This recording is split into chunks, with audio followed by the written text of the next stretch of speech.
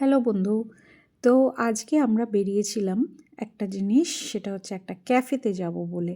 Cafe আমরা যেখানে থাকি মদনপুর বলে একটা জায়গা, এখানে ক্যাফে খুব কমই থাকে। বিরিয়ানির দোকান আছে, তেলেভাজার দোকান আছে, কিন্তু ক্যাফে পাই না অত।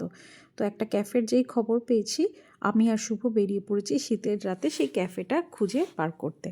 ক্যাফেটা বাড়ি থেকে খুব একটা দূর না, এই যে ক্যাফেটায় পৌঁছে গেছি।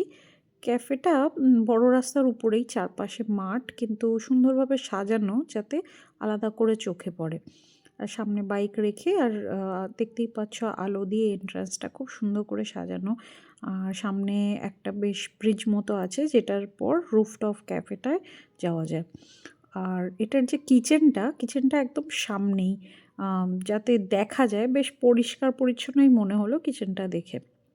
যেখানে খাবার বানানো হচ্ছে সামনেই।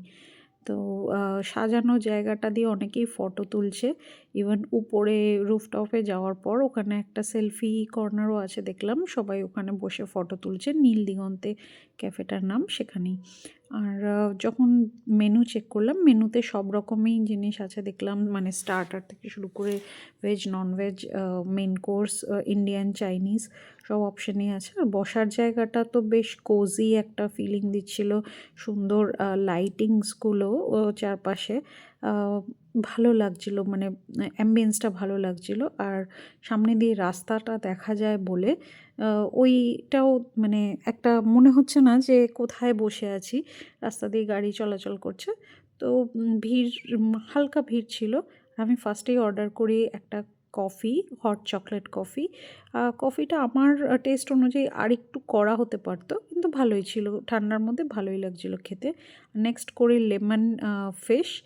আর এটা হচ্ছে হট উইংস। তো হট উইংসটা অতটা ভালো লাগেনি, সিজলার টাইপের এসেছিলো, যেটা আমি কেএফসি স্টাইল এক্সপেক্ট করেছিলাম।